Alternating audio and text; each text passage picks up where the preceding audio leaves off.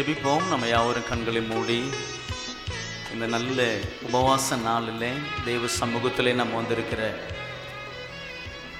நம்ம ஒவ்வொருவோடு கூட ஆராதனையில் மகிமைப்பட்ட நம்முடைய ஆண்டவர் தம்முடைய வார்த்தையின் மூலமாய் மகிமைப்படும்படியாய் ஆண்டவர் நம்முடைய வார்த்தைகளை கொண்டு எங்களோடு கூட பேசும் என்று சொல்லி இருதயத்தின் ஆழத்திலிருந்து தெய்வத்தை நோக்கி நம்ம பார்ப்போம். கிருபை நிறைந்த எங்கள் அன்பின் பரலோக பிதாவே, ஆசீர்வதிக்கப்பட்ட நல்ல ஆண்டவரே, இந்த மதிய வேளைக்காய் நாங்கள் நன்றியோடு குடும்பை துதிக்கிறோம். உபவாசித்து உங்கள் சமூகத்தில் நாங்கள் ஜெபிக்கும் போதெல்லாம் நாங்கள் வேண்டிக் கொள்வதற்கு மேலாக எங்களுக்கு செய்கிற எங்கள் தேவனாக இருக்கிறதற்காய் ஸ்தோத்திரம். உடைய வார்த்தைகளை கொண்டு எங்களோடு கூட பேசும். இயேசுவின் நாமத்தில் ஜெபிக்கிறோம் ஜீவனுள்ள நல்ல பிதாவே, ஆமென். ஆண்டவராகிய இயேசு கிறிஸ்து இனிய நாமத்தில் உங்கள் யாவருக்கும் அன்பான நல்வாழ்த்தல்கள். இந்த தாம்பரம் பகுதியில் ஊழித்து செய்து வருகிற அருமையான அண்ணன் இசைக்கு அவங்களுக்கும் கூட இருக்கிற டீமுக்கும் இதற்காக உழைக்கிற இதற்காக பிரயாசப்படுகிற யாவரையும் நான் இயேசு நாமத்திலே நான் வாழ்த்துகிறேன். ஆண்டவர் தொடர்ந்து உங்களை ஊழியங்களை கர்த்தர் ஆசீர்வதித்து கனப்படுத்துவாராக. எனக்கு இந்த வாய்ப்பையும் கொடுத்த ஆண்டவருக்கும் அருமையான இந்த டீமுக்கும் நான் ஸ்தோத்திரிக்கிறேன். கர்த்தர் நம்மை மகிமைப்படுத்துவாராக, தேவன் நாமத்தை உயர்த்தி கொள்வாராக. திருப்பிக் கொள்ளுவோம். யோவான் எழுதின சுவிசேஷம், யோவான் எழுதின சுவிசேஷம் 16ஆம் அதிகாரம் 20, 21 வசனங்களிலே நாம் இப்படி வாசிக்கிறோம். மெய்யாகவே மெய்யாகவே நான் உங்களுக்கு சொல்லுகிறேன், நீங்கள் அழுது புலம்புவீர்கள், உலகமோ சந்தோஷப்படும். நீங்கள் துக்கப்படுவீர்கள், ஆனாலும் உங்கள் துக்கம் சந்தோஷமாக மாறும். ஸ்திரியானவளுக்கு பிரசவ காலம் வந்திருக்கும் போது அவள் துக்கமடைகிறாள். பிள்ளை பெற்றவுடனே ஒரு மனுஷன் உலகத்தில் பிறந்தான் என்கிற சந்தோஷத்தினால் அப்புறம் உபத்திரவத்தை நினையாள். உங்கள் துக்கம் சந்தோஷமாய் மாறும். பக்கத்தில் பார்த்து சொல்லுங்க, உங்கள் துக்கம் சந்தோஷமாய் மாறும். நீங்கள் சொல்கிறத பார்த்தா அது எதுவும் மாறும் அப்படின்ற மாதிரி இருக்குது. அல்லேலூயா. தேவனுடைய வார்த்தை வானமும் பூமியும் ஒழிந்து போயினும் அதில் ஒரு உறுப்பாகிலும் ஒழிந்து போகாது. விசுவாசிக்கிறவர்களுக்கு இந்த வார்த்தை கிரியை செய்கிறதா இருக்கிறது. அதனால இந்த உபவாசத்தில் எதிர்பார்ப்புகளோடு கூட தேவ சமூகத்தில் ஆண்டவர் எதையாகிலும் எனக்கு செய்யுங்க அப்படின்னு சொல்லி வந்திருக்கிற நமக்கு நம்முடைய துக்கங்களை சந்தோஷமாய் மாற்றுகிற தேவன் நம்முடைய மத்தியில் கர்த்தர் உலாவி கொண்டிருக்கிறார். நம்முடைய மத்தியில் உலாவி கொண்டிருக்கிறது மாத்திரமல்ல, 2 கொரிந்தியருக்கு எழுதின நிருபம் 6ஆம் அதிகாரம் 16, 17 வசனங்களிலே வாசிப்பீங்களான்னா, அவர் நமக்குள்ளே வாசம் பண்ணுகிறவரும் நமக்குள்ளே உலாவுகிற தேவனமாக இருக்கிறார். மத்தியில மட்டும் இல்லை, மத்தியில உலாவின காலம் வேற. மத்தின உலாவின காலம் என்பது பழைய ஏற்பாட்டு காலத்தில் கிறிஸ்து இந்த பூமியில வராத போது உங்களையும் என்னையும் கிரயம் கொடுத்து வாங்குவதற்கு முன்பதாக அவர் நம்முடைய மத்தியில உலாவி கொண்டிருந்தார் என்று நம்ம பார்க்கிறோம். யாத்ராகமத்தின் புஸ்தகத்தில் 25ஆம் அதிகாரம் 5வது வசனத்தில் 8வது வசனம் வரைக்கும் வாசிப்பீங்களான்னா, அவர்கள் மத்தியிலே நான் வாசம் பண்ண எனக்கு ஒரு பரிசுத்த ஸ்தலத்தை உண்டாக்குவீர்களாக என்னார். அவர்கள் மத்தியிலே வாசம் பண்ண. ஆண்டவருடைய நாமத்துக்கு மகிமை உண்டாகட்டும். ஆண்டவர் நம்முடைய மத்தியில மாத்திரம் அல்ல. எப்போ சொன்னார் அப்படின்னா, எங்க 2 பேர் 3 பேர் என் நாமத்தினால கூடுகிறார்களோ அவர்கள் மத்தியில இருப்பன்னு சொன்னார். அது எது வரைக்கும் அப்படின்னா, இயேசு கிறிஸ்து மரிப்பதற்கு முன்பதாக வரைதான் நம்முடைய மத்தியில உலாவி கொண்டிருந்தார். இப்பொழுது மத்தியில இல்ல, உங்களுக்குள்ள எனக்குள்ள கர்த்தர் வாசம் பண்ணி கொண்டிருக்கிறார். அதற்காகவே 1 கொரிந்தியர் 6ஆம் அதிகாரம் 20வது வசனத்தில், அதற்காகவே உங்களை என்னை ஆண்டவர் கிரயத்திற்கு வாங்கி இருக்கிறார், கிரயத்திற்கு கொல்லப்பட்டு இருக்கிறோம். ஆகையால் தேவனுக்கு உடையவைகள் ஆகிய உங்கள் சரீரத்தினாலும் உங்கள் ஆவினாலும் தேவனை என்ன பண்ணுங்க, மகிமைப்படுத்துங்கள். ஆண்டவருடைய நாமத்துக்கு மகிமை உண்டாகட்டும். கர்த்தர் நமக்குள்ளே வாசம் பண்ணுகிறாரா, நமக்குள்ளே உலாவுகிறாரா. அதனால நம்மை பார்த்து சொல்றாரு, உங்கள் துக்கம் சந்தோஷமாய் மாறும். என்னென்ன காரியங்கள் எந்த காரியங்களாம் குறித்து நம்ம துக்கப்படுகிறோமோ, எதெல்லாம் குறித்து நம்முடைய மனம் அங்கலாய்க்கிறதோ, இது எல்லாவற்றையும் தேவன் அறிந்திருக்கிறார். தேவன் அதை கவனித்து கொண்டிருக்கிறார். தேவன் அதை பார்த்து கொண்டிருக்கிறார். எந்த சூழ்நிலையிலையும் நம்முடைய விண்ணப்பங்களோ, நம்முடைய ஜெபங்களோ, நம்முடைய கண்ணீரோ தேவனால் மறக்கப்படுவதில்லை. காரணம், அது எல்லாவற்றையும் ஏற்ற நேரத்தில், ஏற்ற காலத்தில் உங்களுக்கு எனக்கு பதில் தரும்படி நம்முடைய கண்ணீரை ஆண்டவர் துருத்திலே கர்த்தர் வைத்திருக்கிறார். அது ஏற்ற காலத்துக்கு கர்த்தர் காத்திருக்கிறார். ஏற்ற காலத்துக்கு தேவனுடைய நன்மையை தருவதற்கு அவருடைய காலத்தை ஆண்டவர் நமக்காக இன்னும் அந்த காலம் வருவதாக என்று சொல்லி அவரும் காத்து கொண்டு இருக்கிறார். யோவான் எழுதின சுவிசேஷத்தில் 2ஆம் அதிகாரம், ஒரு கல்யாண வீட்டுக்கு போகிறார். திராட்சை ரசம் குறைந்து விட்டது.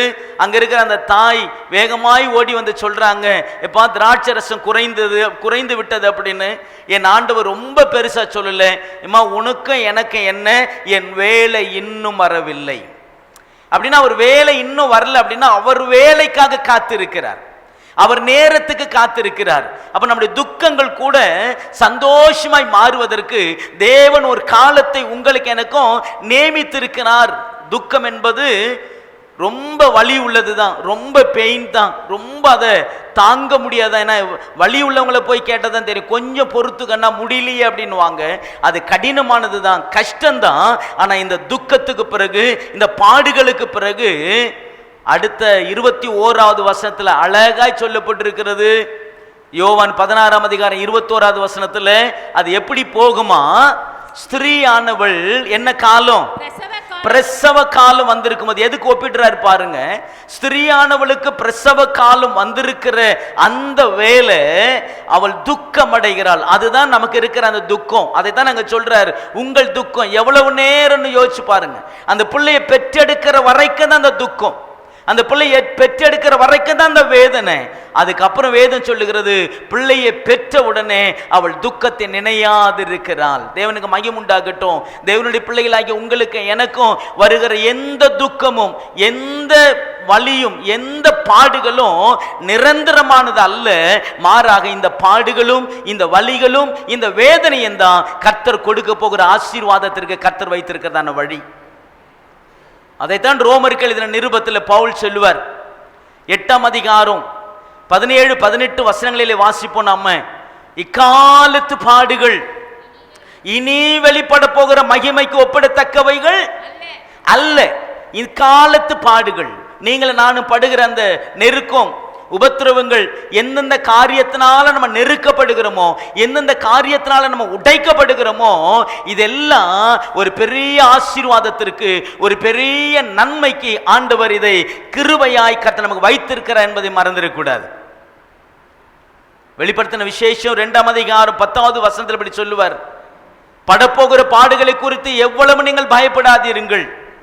பிசாசானவன் கொஞ்ச காலம் உங்களை உபத்திரவத்தில் போடுவான், 10 நாள் உபத்திரப்படுவீர்கள். ஆனால் மரண பரியந்தும் இந்த பாடுகள்ல, இந்த நெருக்கத்துல, இந்த உபத்திரவத்துல மரண பரியந்தும் உண்மையாயிருப்போமே. ஆனால் அதுதான் நமக்கு ரொம்ப அவசியம். அப்ப இந்த துக்கம் நமக்கு சந்தோஷத்தை கொண்டு வரும், உண்மைதான். என்ன வசனம் சொல்லுகிறது, துக்கப்படுவீர்கள் அப்படின்னா துக்கம் இருக்குது. கிறிஸ்து நிமித்தம், கிறிஸ்துவை விசுவாசிப்பதற்கு மாத்திரம் நம்ம அழைக்கப்படல, துக்கப்படுவதற்கும் அழைக்கப்பட்டு இருக்கிறோம், நெருக்கப்படுவதற்கும் அழைக்கப்பட்டு இருக்கிறோம், உடைக்கப்படுவதற்கும் அழைக்கப்பட்டு இருக்கிறோம். இதனுடைய முடிவு என்ன அப்படின்னா, எவ்வளவாய் நாம் பாதிக்கப்பட்டோமோ, எவ்வளவாய் பாடுகளுக்கு உட்படுத்தினோமோ, அவ்வளவான ஆசீர்வாதங்களை கர்த்தர் இதுக்கு பின்பாக வைத்திருக்கிறார்.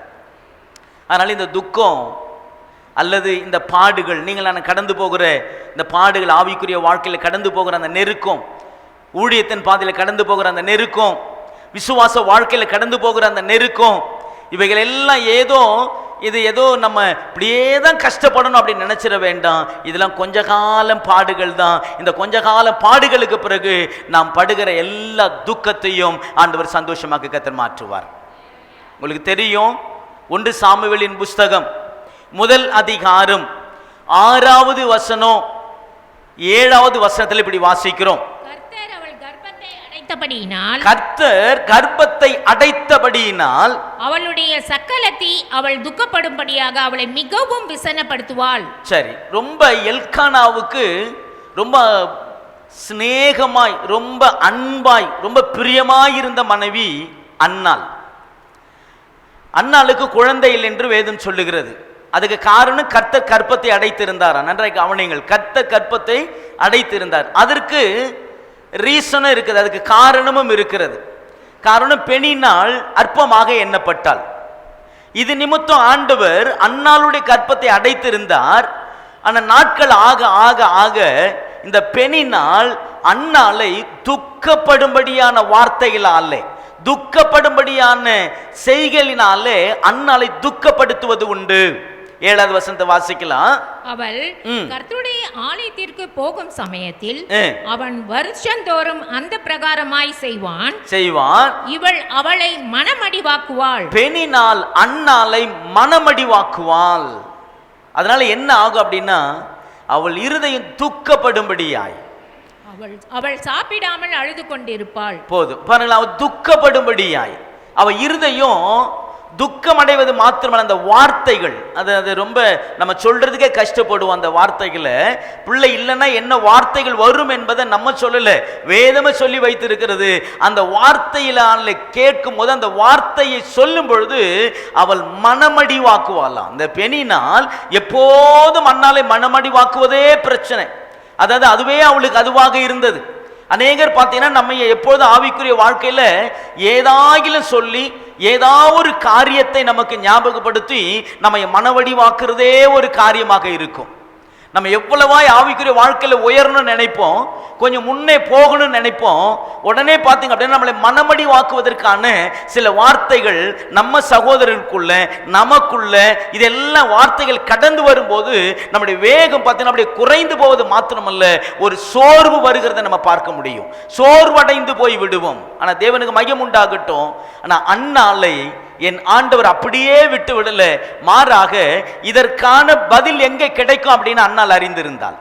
இதற்கான விடுதலை எங்கே கிடைக்கும், இதற்கான ஆசீர்வாதத்தை எங்க பெற்றுக்கொள்ளலாம் என்பதை அன்னாள் அறிந்திருந்தபடியினாலே வாசிக்கலாம். 10வது வசனத்தில் இப்படி சொல்லப்பட்டிருக்கிறது, அவள் போய் மனம் கசந்து மிகவும் என்ன பண்ணலாம், அழுது, உங்க துக்கம் என் துக்கம் சந்தோஷமாய் மாறணும்னா நீங்கள் நானும் அழ வேண்டிய அல்லது தேவ சமூகத்தில் அழ வேண்டிய கண்ணீர் விட வேண்டிய ஒரு இடம் இருக்குமேனா அது தேவாலயமாகிய தேவ சமூகத்துல தான்.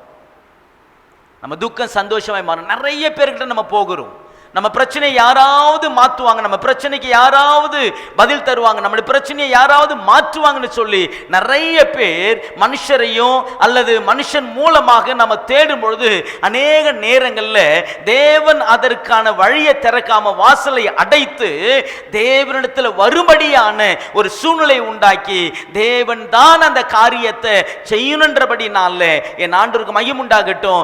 எப்பெல்லாம் நெருக்கம், எப்பெல்லாம் உபத்திரம் வருகிறதோ அப்பெல்லாம் நம்ம போக வேண்டிய இடம் தேவ சமூகம். அண்ணால் சரியா புரிஞ்சுக்கிட்டாங்க, இனி இந்த ஆளை நம்பி பிரயோஜனம் இல்லை, இனி இந்த எல்கானாவை நம்பி பிரயோஜனம் இல்லை, இனி இந்த மனுஷனை நம்பி பிரயோஜனம் இல்லை. என்ன வசனம் சொல்லுகிறது, மனுஷனை நம்புவதை விட்டு விடுங்கள், அவன் நம்புவதற்கு அவன் ஏமாத்திரம். நாசில சுவாசம் உள்ள மனுஷனை நம்புவதை ஆமா விட்டுடு, அவனை நம்புவதற்கு அவன் ஏமாத்திரம். அவனை நம்மை போலதான், அவனால ஒன்றும் செய்ய முடியாது. மனுஷரால் ஏதாகிலும் ஆகும் அப்படின்னா ஒன்றும் ஆகாது. தேவனுக்கு மகிமை உண்டாகட்டும். இதை அறிந்திருந்த, இதை ரொம்ப நாள் ஆயிடுச்சு இந்த அம்மாவுக்கு புரிவதற்கு, அண்ணாளுக்கு புரிவது ரொம்ப நாள் ஆயிடுச்சு. ஏன்னா இந்த அம்மா எல்கானாவையே நம்பி இருந்தது, எல்கானாவையே சார்ந்திருந்தது. எல்கானா மூலமாய் வருகிற அன்புல இந்த அம்மா திருப்தி அடைந்தது. ஆனா இந்த அம்மாவுடைய நிந்தை நீங்குவதற்கு எல்கானாவுடைய அன்பு போதல, எல்கானாவுடைய அரவணைப்பு போதல. ஏன்னா இருந்துச்சு, ஏன்னா இந்த அம்மா இப்ப எப்போதும் அந்த 2 பங்கு இந்த அம்மாவுக்கு தருவார் எல்கானா. ஆனா நிந்த நீங்களையே, பிரச்சனை மாறலையே, கண்ணீர் துடைக்கப்படலையே, அந்த அம்மாவுக்கு இருந்த அபச்சொல் மாறலையே. அப்ப அந்த அம்மா கடைசியா ஒரு முடிவுக்கு வந்தது, சரி இந்த ஐயாவுடைய அன்பு இருக்கட்டும், இது எப்ப வேணாலும் நமக்கு கிடைக்கும். ஆனா என் நிந்த நீங்கணும்னா அந்த அம்மாவுக்கு சரியாய் புரிந்துகிட்டாங்க. ஒரு இடம் இருக்கிறது, அதான் தேவ சமூகம். இத்தனை ஆண்டுகளுக்கு பிறகு அந்த அம்மா அப்பதான் ஒழுங்கா போய் கர்த்தருடைய சமூகத்துல விண்ணப்பம் பண்ணினது மாத்திரமல்ல, அழுது என்ன பண்ணிச்சான்? கர்த்தரை நோக்கி விண்ணப்பம் பண்ணி. இந்த விண்ணப்பம் இருக்குது பாருங்க, அது சாதாரணமா வந்த விண்ணப்பம் அல்ல. தன்னுடைய சக்களத்தியால, பெனினானால, வேதனைப்படுத்துகிறாள். எப்போது அந்த குத்துகிற அந்த அனுபவம் இருக்கும் பாருங்க. சில நேரங்களில் குத்துறது ரொம்ப நல்லது. யாரா நம்மளை குத்துறாங்கன்னா கர்த்தருக்கு ஸ்தோத்திரம்னு சொல்லுங்க. ஆண்டவரே நீர் அவர்களை ஆசீர்வதிங்கன்னு சொல்லுங்க. ஏன்னா அதன் மூலம்தான் நாம தேவ கிருபையை பெற்றுக்கொள்ளுகிறோம். அதன் மூலமாக தான் தேவன் நம்முடைய ஆசீர்வதிப்பதற்கான வழி. ஒருவேளை அந்த அம்மா இந்த அம்மாவை மனமடிவு ஆக்கல்னு வச்சுக்கிடுங்களேன், இது கடைசி வரைக்கும் சாகிற வரைக்கும் கர்த்தருடைய சமூகத்துக்கு இந்த அம்மா போயிருக்காது. எல்கானா அவனுடைய அன்பே போதுன்னு எல்கானா பாதத்தில் விழுந்து கிடந்திருக்கும். ஆனா என்னைக்கு பெணிநாள், நிறைய நமக்கு பெணிநாள்லாம் இருக்கிறாங்க நிறைய. அவர்களுக்கெல்லாம் ஆண்டவருக்கு நன்றி சொல்லணும். நீங்க உபவாசம் போட்டு ஆண்டவர் அவங்க காலை உடையெல்லாம் ஜெபிக்க கூடாது. உபவாசம் போட்டு ஆண்டவரே எனக்கு விரோதமாக எழும்புகிற இந்த அக்காவை, இந்த சகோதரியை, இந்த விசுவாசியை ஏதாகிலும் பண்ணுங்கன்னு கேட்கக்கூடாது.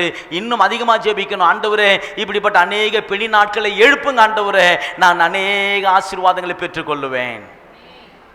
நல்லா இருக்கும் ஆமேன்னு சொல்றதுக்கு. குத்தும் போது நம்ம எப்படி ஆயிரும்னு தெரியும். நீ ஒரு குத்து தானே குத்துற, ஏன் குத்த பார்க்கல அப்படின்னு நம்ம காமிக்க ஆரம்பிச்சிருவோம். நீங்கள் மனுஷர்கள் அதை திரும்ப செய்வீர்களானால் ஆசீர்வாதத்திற்கு ஏதுவாக இருக்காது. அதை அமைதியா எடுத்துக்கொள்ளுங்கள். அந்த அந்த நெருக்கத்து நிமித்தம், அந்த அபச்சொல்லு நிமித்தம், அந்த அந்த நிந்தை நிமித்தம் கர்த்தருடைய சமூகத்தில் நீங்க போகும்போதெல்லாம் இதற்கான மகிமையை, இதற்கான ஆசீர்வாதத்தை, இதற்கான பொக்கிஷத்தை கர்த்தரிடத்திலிருந்து நாம பெற்றுக்கொள்ள முடியும். அந்த அம்மா போய் ஜெபம் பண்ணுது. அதோட அந்த அம்மா எப்படி இல்லையா? துக்கமா இல்லையா? ஏன்?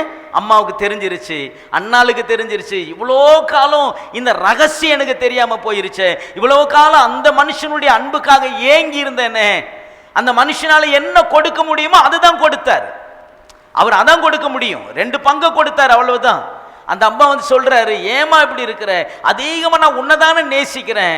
அப்பதான் அந்த அம்மா சொல்லுச்சு, உன் நேசத்தை எடுத்துட்டு எங்கேயாவது போயா, ஏன் அபச்சொல் நீங்களே, ஏன் எனக்கு இருக்கிற நிந்தனை மாறல. அந்த முகத்தோடு கூட, அந்த அழுகையோடு கூட, அந்த துக்கத்தோடு கூட தேவ சமூகத்துல போய் அந்த அம்மா செபித்த போது, அழுத போது, கண்ணீர் விட்ட போது வசனம் சொல்லுகிறது, அப்புறம் அவள் முகம் துக்கமா இருந்ததில்லை. அந்த ஆலயத்துக்கு வந்துட்டாங்க, வீட்டுக்கு போயிட்டாங்க. எல்கானா அன்னாளை அறிந்தான், அவள் கர்ப்பவதியானாள். துக்கம் சந்தோஷமாய் மாறும். அப்ப இந்த துக்கம் சந்தோஷமாய் மாறுவதற்கு ஒரே ஒரு இடம் எதுனா, எந்த இடம் தான்? தேவ சமூகம் தான். இந்த தேவ சமூகத்தில் போகும்போதெல்லாம் நம்முடைய அப்படி போற மாதிரி திரும்பி வரக்கூடாது. நான் துக்கமுகமாய் போனேன், நான் திரும்பும் பொழுது ஆண்டவர் மகிமையா என்னை ஆசீர்வதித்தார். அப்ப கர்த்தருடைய பிள்ளைகளாகிய உங்களுக்கு, எனக்கும் தேவ பிள்ளையே, ஒரே ஒரு இடம் இருக்குது, அது ஆறுதல் இடம். ஒரு இடம் இருக்கிறது, பதில் வருகிற இடம். ஒரு இடம் இருக்கிறது, உங்களையும் ஆற்றி தேற்றுகிற இடம். அந்த இடம் தான் தேவ சமூகம். நீ அதை தேடி எங்கே போக வேணாம், அந்த சமூகம் உனக்குள்ளேயே இருக்கிறது,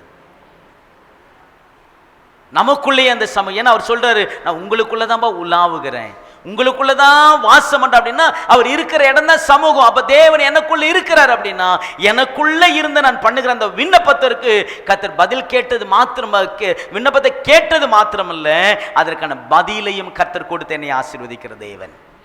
தேவன் நாமத்துக்கு மகிமை உண்டாகட்டும். உங்களுக்கு தெரியும், ஆதியாகமத்தின் புஸ்தகம் 37ஆம் அதிகாரம் 2வது வசனத்துல நீங்க பார்ப்பீங்களான்னா, யாக்கோபுடைய சந்ததியின் வரலாறு. யோசேப்பு 17 வயதில் தன் சகோதரனுடனே கூட ஆடுகளை மேய்த்து கொண்டிருந்தான். யோசேப்பு என்ன மேய்த்தாரா? ஆடு. சகோதரர்கள் கூட ஆடுகளை மேய்த்து கொண்டிருந்தார். இந்த யாக்கோபுக்கு ரொம்ப பிரியமான மனைவி. ஒரு மனைவி ஆகி 2 மனைவி ஆகி 2 மனைவி நிமித்தம் 4 மனைவி ஆயிடுச்சு இல்லையா? ஒரு மனைவியை தான் அவர் நேசிச்சாரு. அது ஒரு மனைவியை கட்ட போய் இன்னொரு மனைவி ஆயிடுச்சு. அது ஒரு ஆசீர்வாதம் அவருக்கு. 2 மனைவி போய் 2 மனைவினால எத்தனை மனைவி ஆயிடுச்சு? இப்போ 4 மனைவி ஆயிடுச்சு. அது மிகுந்த ஆசீர்வாதம். அது நாமத்துக்கு மகிமை உண்டாகட்டும். அது யாக்கோபுக்கு தான். ஆமாம், நம்ம யாரும் நினைக்க வேணாம், யாக்கோபுக்கு தான். அது அவர் சமாளித்தார். அதுக்காக ஸ்தோத்திரம். அதற்கான பவர் அவர்கிட்ட இருந்து, அதற்கான எல்லாம் அவர்கிட்ட இருந்தது. அதனால் அவர் காலத்தை என்ன பண்ணிட்டாரு? ஆமாம், அது நாமத்துக்கு மகிமை உண்டாகட்டும். நம்ம யாரும் அந்த நினைவுக்கு போயிட வேண்டாம். அப்போ இந்த யாக்கோபுக்கு அந்த தான் நேசித்த முத யார் அதிகமாக நேசிச்சாராம்? ராகேல். இல்லை, அழகு கொஞ்சம், வேற ஒன்றும் இல்லை. அந்த அம்மா கூட தான் இருந்து கொஞ்சம் அந்த அம்மாவுக்கு ஒரு மாதிரி இருந்திருக்குது பார்வை. அது நமக்கு அப்படி தானே இருக்கும். அப்படி பார்க்கும்போதே ஒரு அழகு தெரியும் இல்லை? அந்த அழகு நிமித்தம் கொஞ்சம் நேசிக்க ஆரம்பிச்சார் ராகேல. அந்த அம்மாவுக்கு முதல்ல 7 வருஷம் வேலை செஞ்சார். மாற்றப்பட்டாயிற்று மனைவி. என்ன மாமனார் இப்படி பண்ணிட்டா அப்படின்னா, அப்படி தான், அது இவ்விடத்து வழக்கம் இல்லை. மூத்தவள் இருக்க இளையவளை கொடுப்பது அது அவ்விடத்து வழக்கம். இப்போ நம்ம ஊரில் அந்த வழக்கம் இல்லை. 4 பிள்ளைங்க முன்னாடி இருந்தாங்கன்னா 5வது பிள்ளை கல்யாணம் பண்ணின்னு போயிடுது. அது இவ்விடத்து வழக்கம். அது அவ்விடத்து வழக்கம் எது இல்லை? இளையவள் இருக்க, மூத்தவள் இருக்க இளையவள் அப்படின்னு பார்த்தாரு. அதுவும் சரிதான் மாமா, அப்போ நான் என்ன பண்ணணும்? எனக்கு ராகேல் தான் வேணும். ஒன்றும் பிரச்சனை, இன்னொரு 7 வருஷம் செய்யினார். அந்த 7 வருஷம் 14 வருஷம் ஒரு பெண்ணு நிமித்தம் 7 நாள் மாதிரி ஆயிருக்குது நம்ம ஆளுக்கு. திருமணம் ஆகிவிட்டது, பிரச்சனை, ரொம்ப நேசித்தாரு. இந்த ராகேல் லேயாளை அற்பமாய் நினைத்தாலாம். இந்த அற்பமா நினைத்தது நிமித்தம் ஆண்டவர் ராகேலுடைய கற்பத்தை அடைத்தார். ரீசன் இல்லாம, காரணம் இல்லாம ஆண்டவர் எதையும் செய்ய மாட்டார். ஏன்னா லேயாலும் தேவனால சிருஷ்டிக்கப்பட்டவங்க தான், ராகேலும் தேவனால சிருஷ்டிக்கப்பட்டவங்க தான். எது நிமித்தமும், எந்த சூழ்நிலை நிமித்தமும் யாராலையும் அற்பமாக எண்ணப்படக்கூடாது. அது உங்களுக்கு எனக்கும் கூட. யாராகிலும் தன்னுடைய டிசபிலிட்டியா யாராவது இருப்பாங்களான்னா, யாராவது கொஞ்சம் பலவீனமா இருப்பாங்களான்னா, அவங்க ஒருவரையும் நாம் தேவ சமூகத்தில் அற்பமாய் எண்ணிவிடக்கூடாது. காரணம் என்ன? அவர்களையும் தேவன் தம்முடைய சாயலாக கர்த்தர் சிருஷ்டித்திருக்கிறார். லேயாளுக்கு மாத்திரம் பிள்ளை பிறந்துகிட்டே இருக்குது. ரூபன் பிறந்தான், லேவி பிறந்தான், சிமியோன் பிறந்தான். அந்த அம்மாவுக்கு ஒரே வேதனை. கடைசியில் இந்த அம்மா ஒரு முடிவுக்கு வந்தது, பிள்ளை கொடுக்குறியா இல்லையா? அந்த ஐயா வஸ்திரத்தை கிழிக்கிற மாதிரி சொன்னார், அடி பாவி, நானா பிள்ளை கொடுக்க முடியும்? தேவன் அல்லவா உன் கற்பத்தை அடைத்து இருக்கிறார். அப்போதான் அந்த அம்மாவுக்கு யோசனை வந்தது, ஆமா இல்ல, ஆமா, இது முன்னாடி நடந்திருக்குது இந்த கதை. சாராளுடைய கற்பத்தை கர்த்தர் என்ன பண்ணாராம்?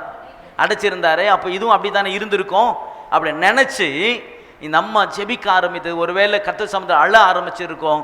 இந்த கடைசியாய் பார்த்தீங்க அப்படின்னா, யோசேப்பு பிறக்கிறது ரொம்ப பிரியமான ஒரு மகன் யாக்கோபுக்கு இருப்பானா, அது யாரு தான்?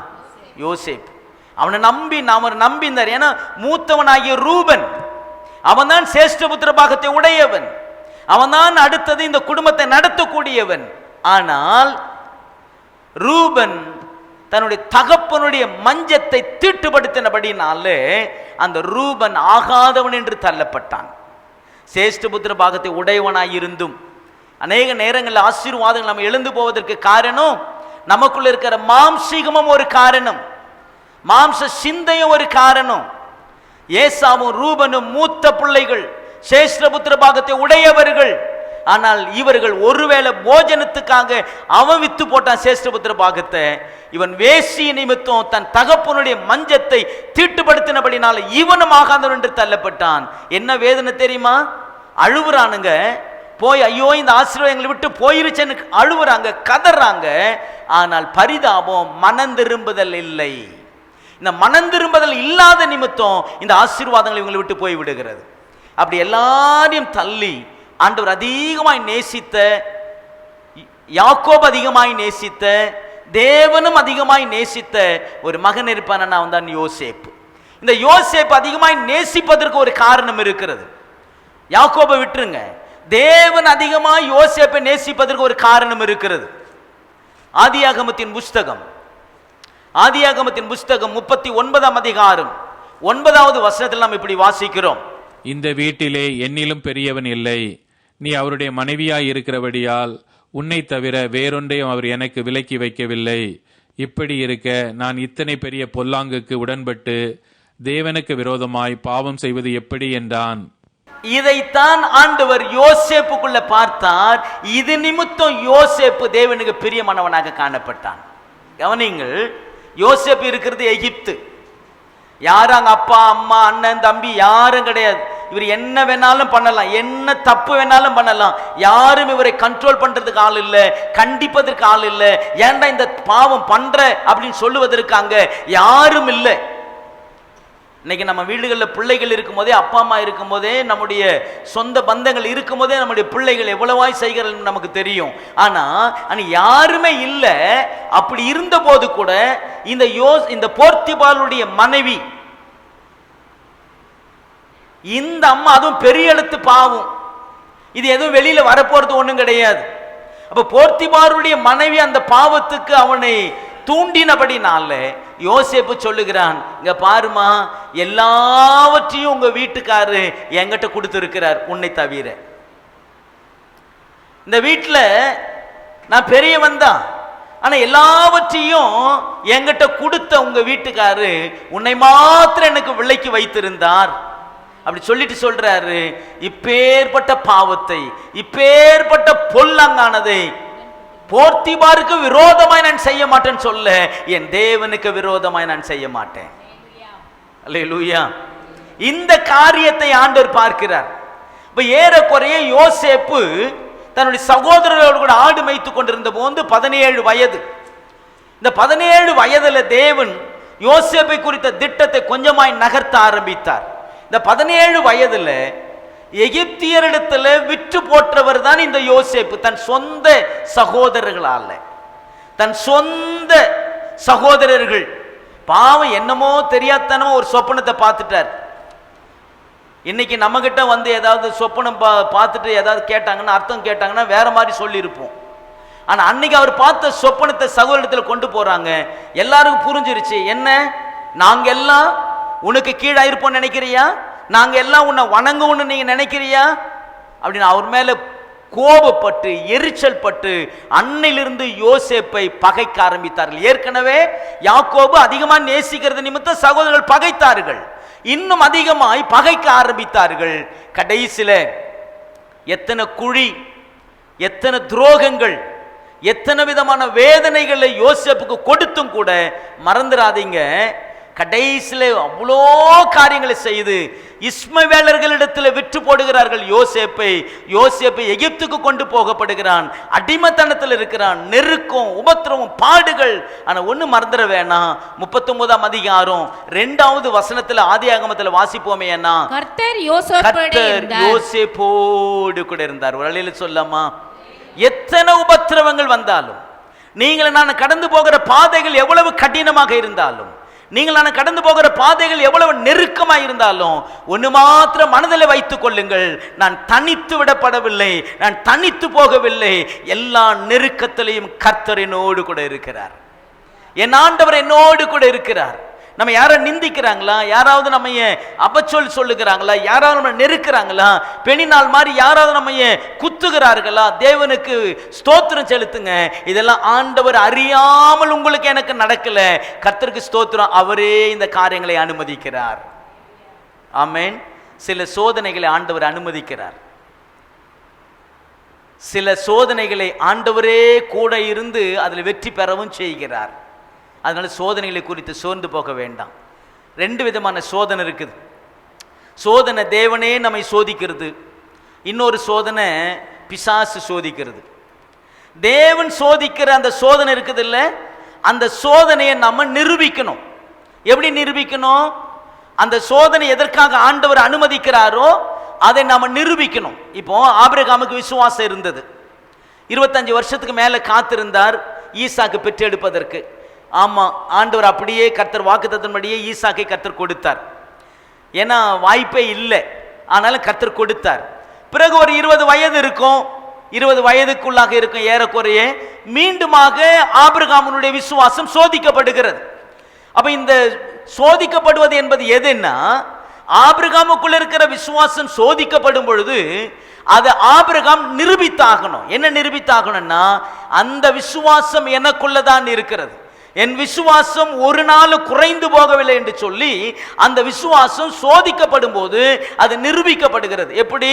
ஆண்டவர் ஆபிரகாம் தரிசனமாகி சொல்றாரு, எப்பா உன் ஏக சுதனும் உன் ஏக புத்திரனும் உன் நேச குமாரனும் இவனை கொண்டு போய் எங்க பலி செலுத்து, நான் காண்பிக்கும் தேசங்களில் இருக்கிற மலைகளில் ஒன்றின் மேல் அவளை பலி செலுத்து அப்படின்னு. ஆண்டு ஒரு நாளும் ஆபிரகாம், என்னடா அது 25 வருஷம் காத்திருந்தோமே, அதுவும் ஒரே பிள்ளையாச்சே, இவன் மூலம்தான் சந்ததிகள் பெருகுன்னு ஆண்டவர் சொல்லி இருக்கிறாரு, இதை எப்படி ஆண்டவர் சொல்லுவார், இதை இவனை கொண்டு போய் எப்படி தகன பலி செலுத்த சொல்லுவாரு, இதுக்கு முந்திய கூட எந்த நரபலியும் கர்த்தர் கேட்கலையே, இவனை எப்படி கேட்கிற அப்படின்னு யோசித்து உட்கார்ந்து, ஆண்டவரே நீர் தான் சொன்னீரா இல்ல பிசாசு சொன்னானான்னு கூட கேட்கல. காரணம் என்னன்னா, ஆபிரகாமுக்கு தெரியும் இந்த சத்தம் தேவனுடைய சத்தம். இது அம்மா கிட்ட கூட சொல்லலை. சாராள் அம்மா கிட்ட சொல்லியிருந்தா கொஞ்சம் பிரச்சனை ஆகிருக்கும், நெருடல் ஆகிருக்கும். மற்றது எது வேணாலும் சொல்லிக்கலாம், தேவ சித்தங்களை மாத்திரம் அம்மா கிட்ட சொல்லக்கூடாது. ஏன்னா சொல்லலை, சொல்லியிருந்தானா ஒருவேளை அது நிறைவேறாமல் கூட போய் இருந்திருக்கும். ஏன்னா வயசாகி போச்சு இல்லை, ஏறக்குறைய ஒரு 120 வயது அந்த மாதிரி ஆயிருக்குல்ல. இந்த அம்மாவுக்கு இருந்த கொஞ்சம், இந்த அம்மாவுக்கு 10 வயசு கொஞ்சம் கம்மியாக இருந்திருக்கு, 110 வயசு. அந்த ஐயாவுக்கு ஒரு 120 வயசு இருக்குது. அந்த 110 120 தள்ளி விட்டு போயிருக்கும். இப்போவே தள்ளுது, அது வேற விஷயம் இல்லை. அப்போ என்ன பண்ணியிருக்கோம்? அடப்பாவி மனுஷா, 25 வருஷம் காத்திருந்து பல்லு இல்லாத காலத்தில் தூக்கி முத்தம் கொடுத்து கடிச்சு, பல்லு இல்லைன்னா கடிச்சிருந்தா எப்படி இருந்திருக்கும்? பல்லு இல்லைன்னு பைபிளில் இல்லை, நான் சொல்கிறேன், கற்பனை பண்ணி 120 வயசு ஆச்சுன்னா பல்லு கூட இருந்திருக்கும் அப்படின்னு இல்லை. இன்னும் கொஞ்சம் ஏதாவது வெத்தலை பார்க்கலாம் கொஞ்சம் போட்டுருந்தாங்கன்னா அந்த வாயோடு முத்தம் கொடுத்தா எப்படி இருந்திருக்குன்னு யோசிச்சு பாருங்க. அப்படி ஈசாக்கு தூக்கி முத்தம் கொடுத்து கொஞ்சம் விளையாடி அப்படி இருக்கும்போது திடீர்னு கர்த்தர் சொன்னாரு கொண்டு போய் பலி செலுத்து அப்படின்னா, இந்த அம்மா பார்த்துருக்கோம், ஆஹா இது சரியில்லை, இந்த ஆளோடு கூட இந்த பிள்ளைய விட்டா பிரச்சனை ஆயிருக்குன்னு சொல்லி அப்பவே இந்த ஆளை டைவர்ஸ் பண்ணிட்டு போயிருக்கும். ஆனா இந்த அம்மா கிட்ட ஐயா சொல்லாம எல்லாத்தையும் எடுத்துக்கிட்டாரு. திருப்பி வீட்டுக்கு ஓடியாந்துடக்கூடாது. ஏன் ஓடியாந்தன்னு கேட்டா, ஐயோ விறகா, ஏன் கத்தியா, ஏன் அப்படின்னு டவுட் வந்திருக்குல்ல. அதனால போகும்போதே எல்லாத்தையும் ரெடியா வச்சுட்டாரு. கத்தி எடுத்துக்கிட்டாரு, விறகு எடுத்துக்கிட்டாரு, நெருப்பையும் எடுத்துக்கிட்டாரு, எல்லாத்தையும் ரெடி ஆகி அப்படி போய் கொண்டிருக்கும் போது தேவனுக்கு ஸ்தோத்திரம் உண்டாகட்டும். கவனிங்க, 22ஆம் அதிகாரம், ஆதியாகமம் 22ஆம் அதிகாரம் 12வது வசனத்தில் இப்படி வாசிக்கிறோம். அப்பொழுது அவர் பிள்ளையாண்டான் மேல் உன் கையை போடாதே. ஆமாப்பா, அந்த பிள்ளை மேல கையை போடாத, வெட்டிராத, அவனுக்கு ஒன்றும் செய்யாதே, நீ அவனை உன் புத்திரன் என்றும் உன் ஏக சுதன் என்றும் பாராமல் எனக்காக ஒப்பு கொடுத்தபடியினால் நீ தேவனுக்கு பயப்படுகிறவன் என்று இப்பொழுது அறிந்திருக்கிறேன் என்றார். ஏறக்குறைய இவரு பிள்ளைய பலி செலுத்த போகும்போது ஒரு சத்தம் வந்துருச்சு, எப்ப நில்லுப்பா அப்படின்னாரு, எல்லாம் முடிந்தது. தேவனுக்கு மகிமுண்டாகட்டும். நல்லா கவனிங்க, எந்த எண்ணத்தோடு கூட எந்த விசுவாசத்தோட ஆபிரகாம் தன் பிள்ளையை பலி செலுத்த கொண்டு போயிருப்பார் அப்படின்னா, எபிரேயர் 11ஆம் அதிகாரம் 18வது வசனத்தில் வாசிப்பீங்களான்னா, மரித்தோரை எழுப்புகிற தேவன் மேல் எப்படி இருந்தாரா? சரி, மரித்தோரை எழுப்புகிற தேவன் மேல்.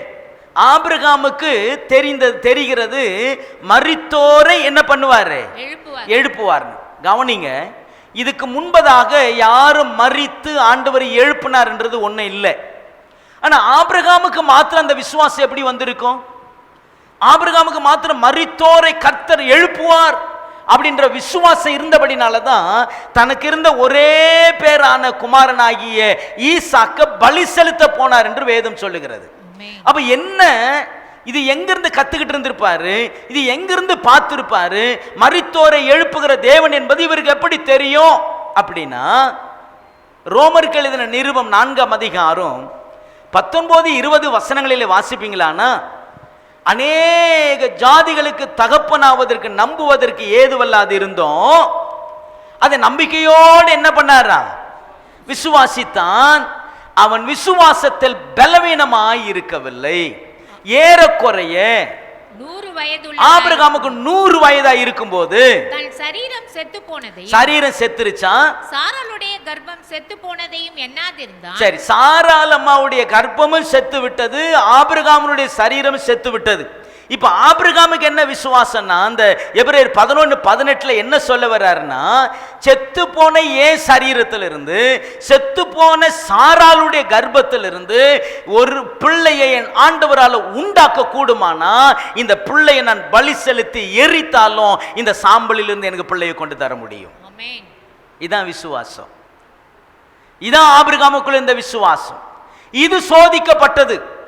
இந்த சோதனையில ஆபிரகாம் அதை நிரூபித்தார். ஐயா, அன்னைக்கு ஒரு 60 வயதா இருக்கும்போது என்னை அழைத்த போது இருந்த அதே விசுவாசம் தான் இன்றைக்கு 100 வயது 120 வயது இருக்கும்போது கூட எனக்குள்ள விசுவாசம் இருக்குது. அநேக நேரங்கள்ல உங்களுடைய என்னுடைய விசுவாசமானது அப்ப என்ன பண்ணப்படும் அப்படின்னா, சோதிக்கப்படும். நீங்கள் நானும் அதை நிரூபித்து கொண்டே இருக்க வேண்டும். என்னை ஆண்டவர் நேற்றும் இன்றும் என்றும் மாறாதவர். அப்ப நம்ம விசுவாசம் என்ன பண்ணப்படணும்? அப்ப நம்ம அதை என்ன செய்யணும்? அதை நம்ம நிரூபிக்கணும்.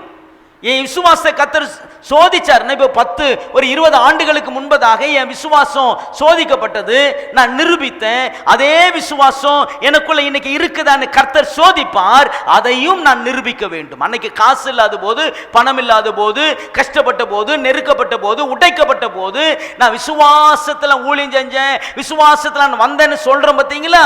அது அப்ப சோதிக்கப்பட்டு நான் அதில் நின்றேன்.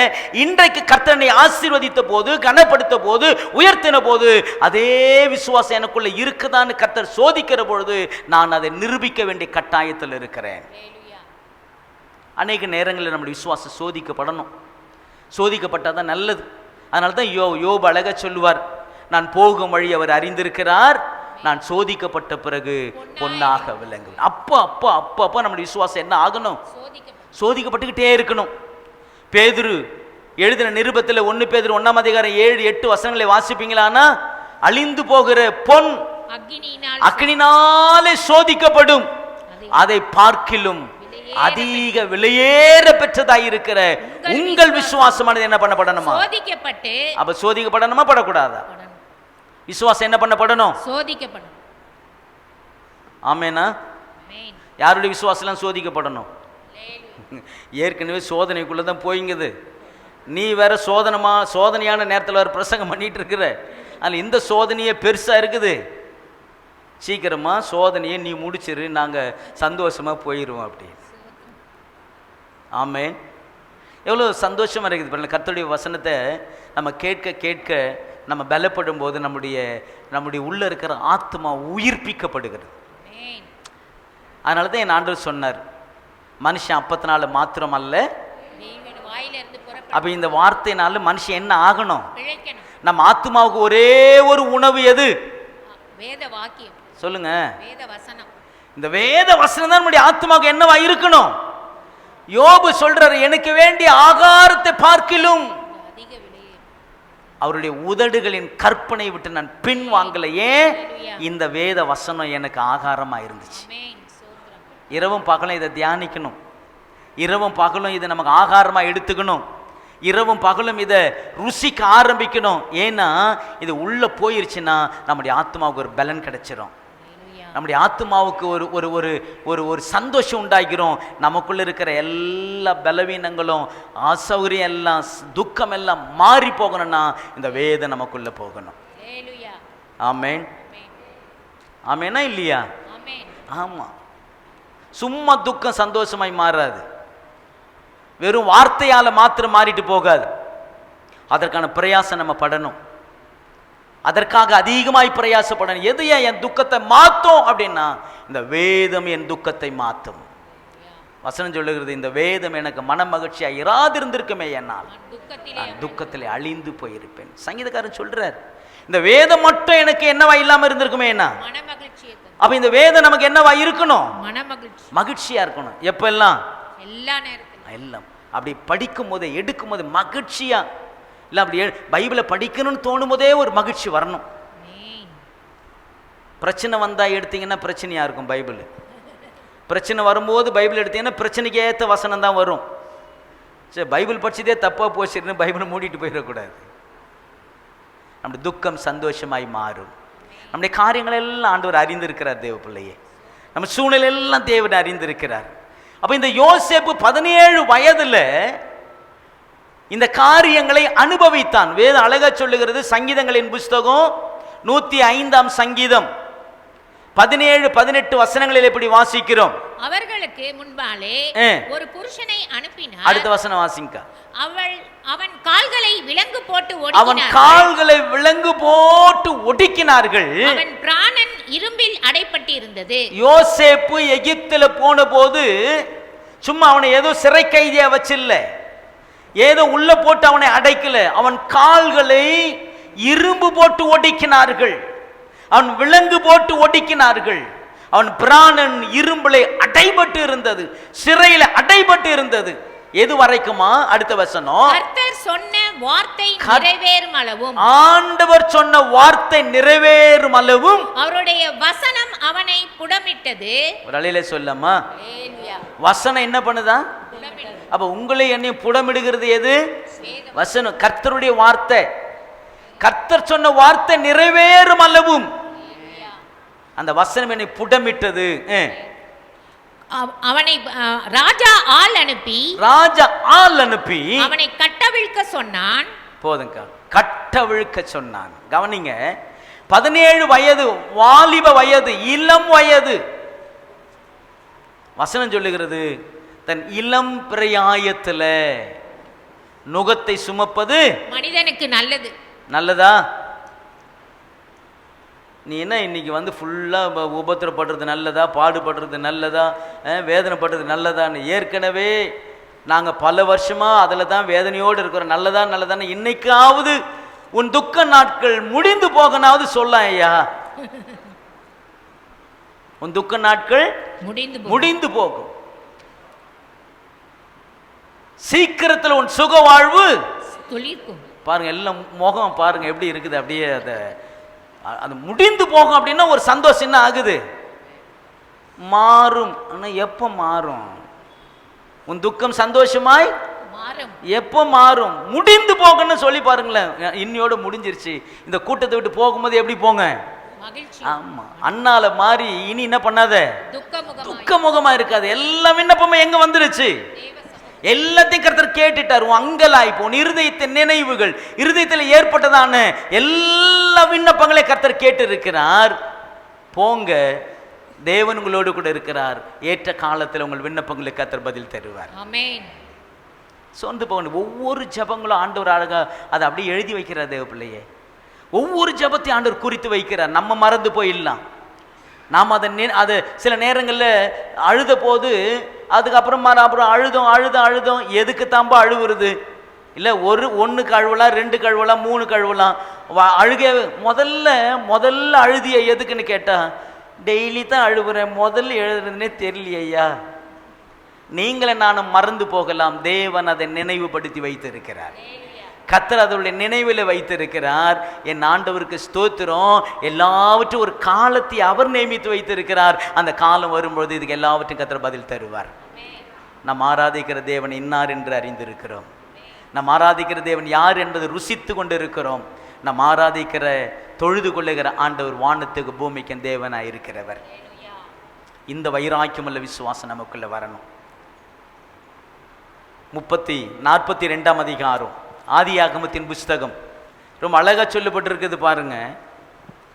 41ஆம் அதிகாரம் 46வது வசனத்தை வாசி. யோசேப்பு எகிப்தின் ராஜாவாகிய பார்வோனுக்கு முன்பாக நிற்கும் போது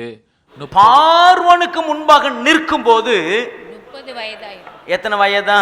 30. அப்ப எத்தனை வயதுல சிறையாக கொண்டு போனாங்க? 17 வயது. 17 வயதுல சிறையாக கொண்டு போன யோசேப்புக்கு 13 ஆண்டு காலங்கள் ஒரு இருண்ட காலம். 13 ஆண்டு காலங்கள் சூரியனை பார்க்காத ஆண்டுகள். 13 ஆண்டு காலங்கள் தன்னையே நினைக்குவதற்கு கூட நேரம் இல்லாதது. அப்பாவை மறந்துட்டான், அண்ணன் தம்பிகளை மறந்துட்டான், எல்லாரையும் மறந்து தனித்து விடப்பட்ட யோசேப்பு ராஜாவுக்கு முன்பாக அவனை கொண்டு போய் நிறுத்துகிறார்கள். பார்வோனுக்கு முன்பாக 30 வயது. அந்த 30 வயதுல தேவனுக்கு மகிமுண்டாகட்டும், 13 வருடங்கள் உள்ள துக்கத்தை கர்த்தர் யோசேப்புக்கு சந்தோஷமாக மாற்றினார். சோர்ந்து போக வருஷங்கள் எல்லாம் ஆண்டவருக்கு பெரிய விஷயமே கிடையாது. ஏன் எத்தனை வருஷம் ஏன் இருப்பேன்? ஐயா 10 வருஷம் ஆயிடுச்சு, 15 வருஷம் ஆயிடுச்சு, என் ஜபத்தை கேட்கிறீரா இல்லையா, என் கண்ணீரை பார்க்கிறியா இல்லையா, ஒன்றை நீ கேட்க வேண்டிய அவசியம் இல்லை. நம்முடைய காரியங்கள் எல்லாம் கர்த்தர் அவருடைய மனதில் எழுதி வைத்திருக்கிறார். எல்லாவற்றும் ஒரு காலத்தையும் கர்த்தர் வைத்திருக்கிறார். இது நல்லதாயா, 13 வருஷம் அவன் பட்ட பாடு நல்லதாயான்னா நல்லது தான். காரணம் என்ன தெரியுமா? அவன் பார்வோனுக்கு அடுத்த சிங்காசனத்தில் உட்கார வேண்டிய யோசேப்புக்கு இந்த பாடுகள் அவசியம் என்று கர்த்தர் அறிந்தார். அப்போ நீங்கள் நான் உயர்த்தப்படணும் அப்படின்னா, நீங்கள் நான் மேலான அனுபவத்துக்கு போகணும் அப்படின்னா, நீங்கள் நான் உயர்ந்த ஸ்தலத்துக்கு உயர்ந்த இடத்துக்கு போகணும்னா இந்த பூமியின் பாடுகள் பெருசா நினைக்க வேண்டாம். அதே வேளையில் நீங்க தனித்தும் போகிறது இல்லை, கர்த்தர் கூட இருக்கிறார். எங்க நம்மளை விடுவிக்கணுமோ, எங்க தேற்றணுமோ, எங்க பலப்படுத்தணுமோ, எங்க நம்மளுக்கு சகாய்க்கணுமோ அங்கெல்லாம் ஆண்டவர் நமக்கு சகாயம் பண்ணி அவருடைய ஏற்ற காலத்துல ஒரு உன்னதமான உயர்வான ஸ்தலத்தில் கர்த்தர் கொண்டு போய் நிறுத்துவார்.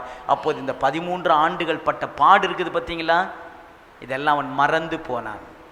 பிரசவ காலம் ஸ்திரீக்கு வரும்பொழுது ஒரு பிள்ளையை பெற்ற உடனே அந்த உபத்திரவத்தை நினையாது இருக்கிறாள் என்றது போல 13 ஆண்டுகள் பட்ட அவன் பாடுகள் அவன் மேலே ஏறி சொல்றான். பார்வன் சொல்றான், இங்க பார், யோசேப்பு அவன் கை அசைக்காம எவன் கையும் அசைக்க கூடாது, அவன் கால் அசைக்காம எவன் காலையும் அசைக்க கூடாது அப்படின்னா அப்படி பார்க்கிறார் யோசேப்பு.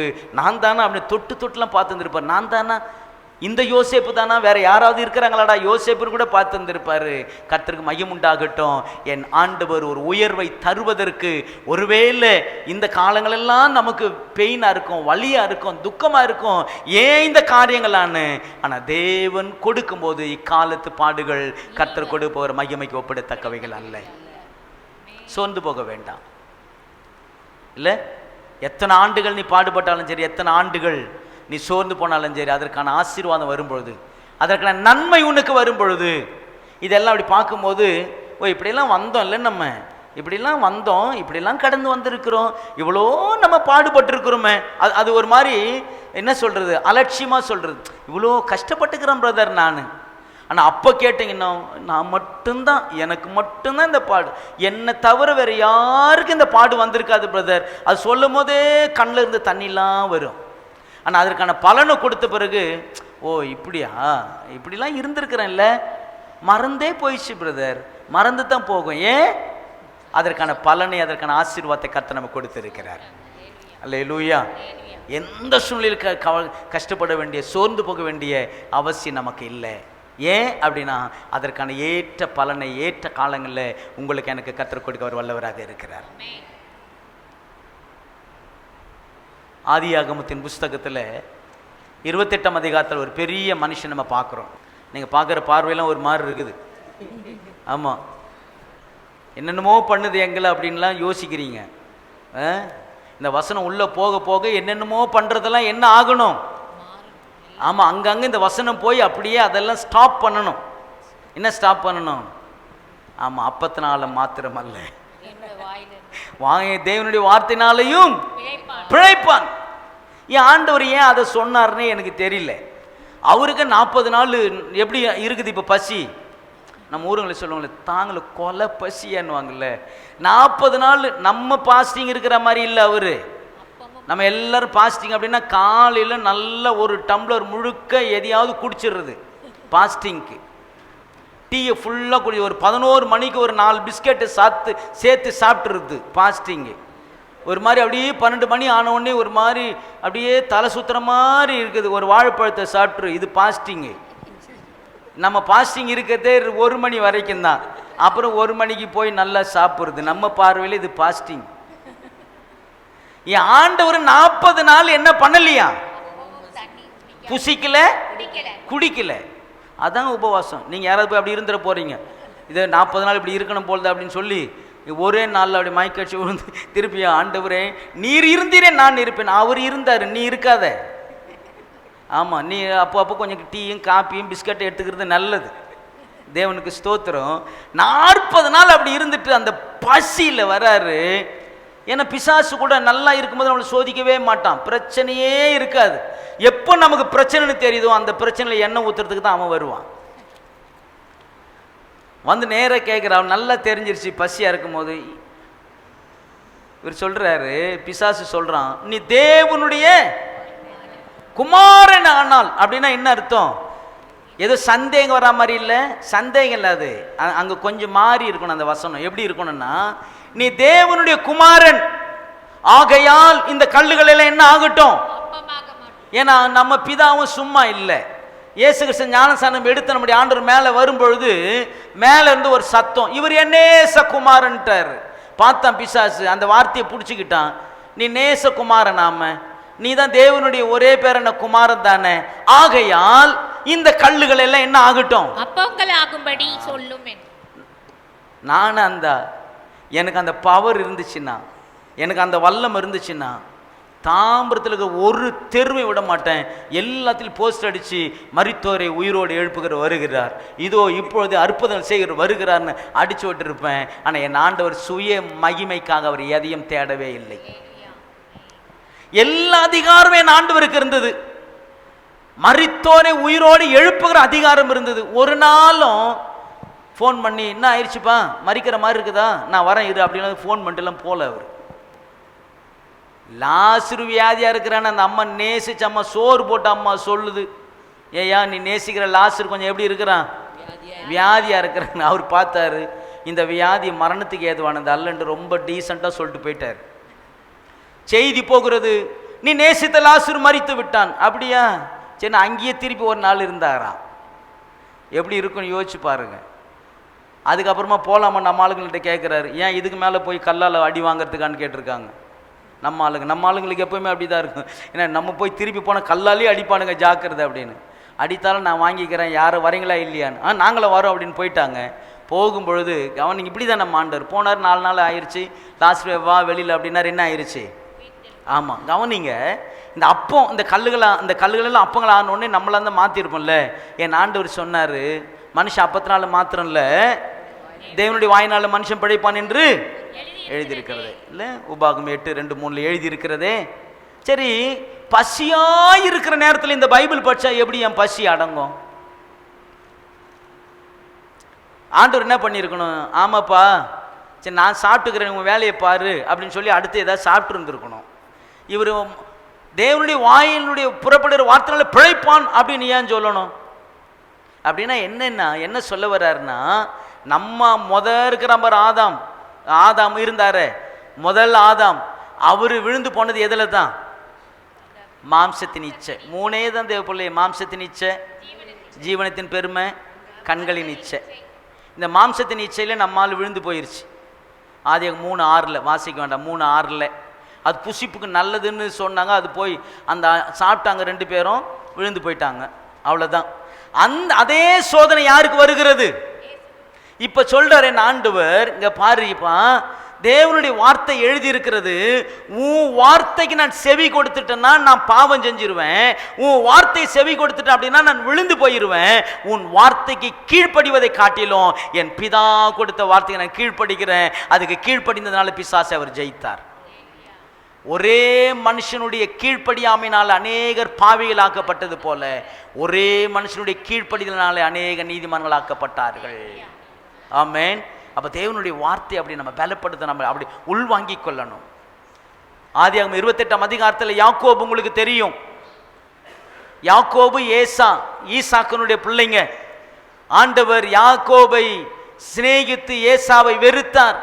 யாக்கோபு ஒரு கூடாரவாசி. அம்மாவை தவிர வேற யாரையும் தெரியாது. அம்மா அந்த அடுப்பங்கரை தவிர வேற எதுவும் தெரியாது. அம்மா, ஃபேமிலி, ஆடு, இது அவ்வளோதான் தெரியும், வேற யாரையும் தெரியாது. ஆனால் யாக்கோபை குறித்த தேவ திட்டம் இருந்தது, யாக்கோபை குறித்த தேவனுடைய நோக்கம் இருந்தது. அப்ப தேவன் யாக்கோபை நினைவு கூறுவதற்காக, யாக்கோபை ஆண்டவர் ஆசீர்வதிப்பதற்காக இந்த நடத்தின பாதை இருக்குது பார்த்தீங்களா. கர்த்தர் யாக்கோபை தனித்து விட்டாராம். என்ன பண்ணாராம்? தனித்து விடப்பட்டார். கவனிக்கலாம், கூடவே இருந்த யாக்கோபுக்கு ஒரு பெரிய வேதனை. போகிறார். சூரியன் அஸ்தமித்தாயிற்றது, இரவு, என்ன செய்யறதுன்னு தெரியல. அங்க இருக்கிற ஒரு கல்லை எடுத்து தலையில வைத்தார், படுத்தார், தூங்கிட்டார். இப்ப தூங்கும் பொழுது கர்த்தர் சொல்றார் யாக்கோபுக்கு, யாக்கோபே, நீ படுத்திருக்கிற பூமி நான் உனக்கு தருவேன். இதோ மேற்கே கிழக்கே வடக்கே தெற்கே நீ பரம்புவாய். நான் சொன்னதை செய்யும் அளவும் நான் உன்னை கைவிடுவதில்லை. இது எப்போ கொடுத்தாரு? ஒரு 20 வருஷத்துக்கு முன்னாடி கொடுத்தார் யாக்கோபுக்கு. சொல்லிட்டு அதோட ஒன்றும் பேசல. இவர் நேரா எந்த ஊருக்கு போறாரு யாக்கோபு? பதான் அராம். இந்த பதான் அராம் என்ன, அதனுடைய அர்த்தம் என்னன்னா நுகத்தை சுமத்தல் என்று பொருள். அப்ப பதான் அராமுக்கு நுகத்தோட போகிறார். மாமா அப்படின்னு போனார், தாய் மாமன் போனார். எல்லா மாமாவும் அப்படி தான் இருக்கிறான்னு அங்கே தான் கண்டுபிடிச்சாரு அவர். அப்போ தாய் மாமா அப்படின்னு, இப்போ தாய் மாமன்னா ஒரு இது இருக்குல்ல, ஓ மாமா அப்படின்னு. அந்த தாய் மாமா எத்தனுக்கு எத்தனா இருந்தான். யாரு? லாபான். ஏன் இவருங்க ஏமாத்தினாரு, அங்கே டபுளாக ஏமாத்தினா. நீ அங்கே ஒன்று தானே ஏமாத்தின, 2 ஏமாத்தின, அங்கே பாரு எத்தனை ஏமாத்துறேன். சம்பளத்தை 10 முறை மாத்தினாராம். ஏன்? கர்த்தர் கூட இருந்ததுனால. இவன் ஏமாத்திரம் நினைக்கும் போதெல்லாம் பார்த்தீங்க அப்படின்னா கர்த்தர் யாக்கோபோடு இருந்தார். 10 முறையும் சம்பளம் மாற்றப்பட்டது, 10 முறையும் கர்த்தர் யாக்கோபோடு கூட இருந்தார். கஷ்டம். ஆதியாகமத்தின் புஸ்தகம் 31ஆம் அதிகாரம் 38வது வசனம். இந்த 20 வருஷ காலமாய், இந்த 20 வருஷ காலமாய் நான் உம்மிடத்தில் இருந்தேன். சரி, 20 வருஷ காலம் இருந்தாராம். யார் வீட்டில்? லாபான் வீட்டில். ஆமா, அதுல 14 வருஷம் 2 மனைவிகளுக்குமே இருந்துட்டாரு. மீதி எத்தனை வருஷம்? 6. அப்பதான் அவர் வேலைக்கு போயிருக்கிறார். 14 வருஷம் 2 மனைவிகளுக்காக வேலை செஞ்சு யாருக்கு கொடுத்துக்கிறாரு? லாபானுக்கு கொடுத்துட்டு கடைசியில் தனக்குன்னு வரும்போது ஒரு 6 வருஷம் கஷ்டப்பட்டுக்கிறாரு மனுஷன். இந்த 6 வருஷத்துல அவர் சொல்றாரு, இங்க பாரு, 20 வருஷ காலம் நான் உங்ககிட்ட இருந்தேன். உன்னுடைய செம்மறியாடுகளும் வெள்ளாடுகளும் சினை அழியில, உம்முடைய மந்தையின் கடாக்களை நானு தின்னல, பீருண்டது உம்மிடத்துல கொண்டு வரல. அப்படின்னா அவ்வளோ கஷ்டப்பட்டு இருக்கிறார். ஆனா தேவனுக்கு மகிமுண்டாகட்டும். 20 ஆண்டு காலங்கள் பட்ட அந்த துக்கம், 20 ஆண்டு காலங்கள் பட்ட அந்த வேதனை 32ஆம் அதிகாரம் 10வது வசனத்துல அவர் சொல்றாரு, அடியேனுக்கு தேவரீர் காண்பித்த எல்லா தயவுக்கும் எல்லா சத்தியத்திற்கும் நான் எவ்வளவேனும் பாத்திரன் அல்ல. நான் கோலும் கையுமாய் இந்த யோர்தானை விட்டு கடந்து போனேன் வந்தேன். இப்பொழுது இவ்விரண்டு பரிவாரங்களையும் இரு பரிவாரங்களையும் உடையவனானேன். யாக்கோபனுடைய துக்கம் சந்தோஷமாய் மாறினது. 20 வருஷ காலம், 1-2 இல்லை. தெரியும் சில பேர்லாம், இத்தனை வருஷமா ஐயா, இத்தனை வருஷமா நீங்க இல்லாம இருந்தீங்க, இத்தனை வருஷமா கஷ்டப்பட்டீங்க, இத்தனை வருஷமான்னு கேட்கிறோம். இல்லை, நம்ம மாத்திரம் இல்லை, நம்முடைய முற்பிதாக்களும் இருந்திருக்கிறார்கள். 20 ஆண்டு காலங்கள், 13 ஆண்டு காலங்கள், பல ஆண்டு காலங்கள், 10 ஆண்டு காலங்கள், இப்படி தேவ சமூகத்தில் எதிர்பார்த்த நன்மைகள் வராமல் உடைந்து போயிருக்கிறார்கள். மறந்துடாதீங்க, நம்ம காரியங்கள் இப்படியே போய்விடாது. உங்களையும் ஆண்டவர் நினைத்திருக்கிறார். நினைத்திருக்கிற வேளையில் ஆண்டவர் உங்களை என்னையும் ஆசீர்வதிக்கிற தேவன். இஸ்ரவேல் ஜனங்களை எத்தனை வருஷம் எகிப்தில் இருந்தாங்களா? கர்த்தர் நினைத்தாரா? அப்போ நம்மளை நினச்சிட்டாவே, அவருடைய பார்வை நம்ம மேலே பட்டுட்டாவே போதும், நம்முடைய நுகங்களை அருந்தது மாத்திரமல்ல, நம்முடைய துக்கத்தை கர்த்தர் சந்தோஷமே மாற்றிடுவார். 20 வருஷ காலங்கள் பிரயாசப்பட்டு சொல்றாரு, நான் வெறும் கையா தான் போகணும். கோல் இருந்துச்சு, கையில் எது இருந்தது? இல்லை, கையும் கோலும். என் கையில் கோல் மட்டும்தான் இருந்தது. யோர்தானை கடந்து போனேன். 20 ஆண்டுகளுக்கு பிறகு அதே யோர்தான் வழியா வருகிறேன். எப்படி வரேன்? இரு பரிவாரங்கள். ஒரு பரிவாரம் என்பது ஒரு ராஜாவுக்கு இருக்கிற ஒரு படை. இன்னொரு பரிவாரம் என்பது இன்னொரு ராஜாவுக்கு இருக்கிற படை. அப்படின்னா 2 ராஜாக்களுடைய ஆசீர்வாதம் என்று பொருள். இப்படி எடுத்துக்கிட்டீங்கன்னா, இன்னொரு பக்கம் எடுத்துக்கிட்டீங்கன்னா 2 மனைவிகள், 2 குடும்பம் என்று பொருள், பரிவாரங்கள். அப்படி வரும்போது நான் ஒன்றும் இல்லாமல் போனேன், ஆனால் இப்படி திரும்பி வந்திருக்கிறேன் அப்படின்னா என் துக்கம் சந்தோஷமாய் மாற்றுகிற தெய்வம் என்னோடு கூட இருந்தார். இந்த நல்ல மதிய வேளையில சொல்றேன் தேவ பிள்ளையே, இந்த நெருக்கமான சூழ்நிலை சொல்றேன், நீங்கள் துக்கப்படுவீர்கள், ஆனாலும் உங்கள் துக்கம் சந்தோஷமாய் மாறும். அந்த சந்தோஷம் எப்படி தெரியுமா இருக்கும்? அந்த துக்கம் எப்படி தெரியுமா இருக்கும்? ஸ்திரீயானவளுக்கு பிரசவ காலம் நேரிட்ட போது அவள் துக்கம் அடைகிறாள். ஒரு ஆண் பிள்ளையை பெற்ற போது, ஒரு பிள்ளையை பெற்ற போது அதுக்கு அப்புறம் அந்த துக்கத்தை நினையாது இருக்கிறாள். கொஞ்சம் இதெல்லாம் கொஞ்ச காலம் பாடுதான், கொஞ்ச கால நெருக்கம்தான். தேற்றி கொள்ளுங்கள், தேவ வசனத்தின் மூலமாக உங்களை பலப்படுத்தி கொள்ளுங்கள். நாட்கள் நமக்கு ரொம்ப கடினமாக இருக்கிறது போல தான் இருக்கும். ஆனால் நீங்களும் நானும் கேட்டதையும் ஜெபித்ததையும் கர்த்தர் கொடுத்துட்டார் அப்படின்னா, அப்படி திரும்பி பார்க்கும்போது அதெல்லாம் ஒரு நிழல் கடந்து போனது போல இருக்கும். உங்கள் துக்கம், என் துக்கம், கர்த்தருடைய பிள்ளைகளுடைய துக்கம் சந்தோஷமாய் மாறும். ஜெபிப்போம். கண்களை மூடி தெய்வத்தை நோக்கி நம்ம பார்க்கலாம். கிருபை நிறைந்த எங்கள் அன்பின் பரலோக பிதாவே, ஆசீர்வதிக்கப்பட்ட நல்ல இந்த மதிய வேளைக்கு நன்றி செலுத்துகிறோம். தேவரீர் நல்ல இந்த மதிய வேளையில் எங்கள் துக்கம் சந்தோஷமாய் மாறுன்னு சொல்லி உடைய வார்த்தைகளினாலே எங்களுக்கு இடைப்பட்டீர், அதற்காய் ஸ்தோத்திரம். அன்னாளுடைய துக்கம், யோசேப்பினுடைய துக்கம், யாக்கோபினுடைய துக்கம், விசுவாசிகளின் துக்கம், இதெல்லாம் மாறும் என்று சொல்லி இருக்கிறீரே, இது மாறப்போவதற்காய், மாறினதற்காய் ஸ்தோத்திரம். தம்முடைய பிள்ளைகளை ஆசீர்வதியும். கை பிரயாசப்பட்ட எல்லாம் விசேஷமாக அண்ணக்காய் நாங்கள் ஜெபிக்கிறோம், ஊழியருக்காய் நாங்கள் ஜெபிக்கிறோம். நீங்கள் பயன்படுத்தி வருகிற கிருபைகளுக்காய் ஸ்தோத்திரம். இன்னும் அதிகமான கிருபைக்குரிய பாத்திரமாக அநேக அநேக அநேக காலம் குறுகினதாய் இருக்கிறபடினாலே அவங்களை கொண்டு நீங்கள் மகிமைப்பட வேண்டுமாய் நாங்கள் ஜெபிக்கிறோம். கூட இருந்து செய்கிற எல்லாம் அன்றைய தேவதாசர்களுக்காக ஸ்தோத்திரம். அவர்களையும் கர்த்தர் ஆசீர்வதித்து நன்மை நாள் நிரப்புவீராக. இயேசுவின் நாமத்தில் ஜெபிக்கிறோம் பிதாவே. மகிழ்வோம் மகிழ்வோம் தினம்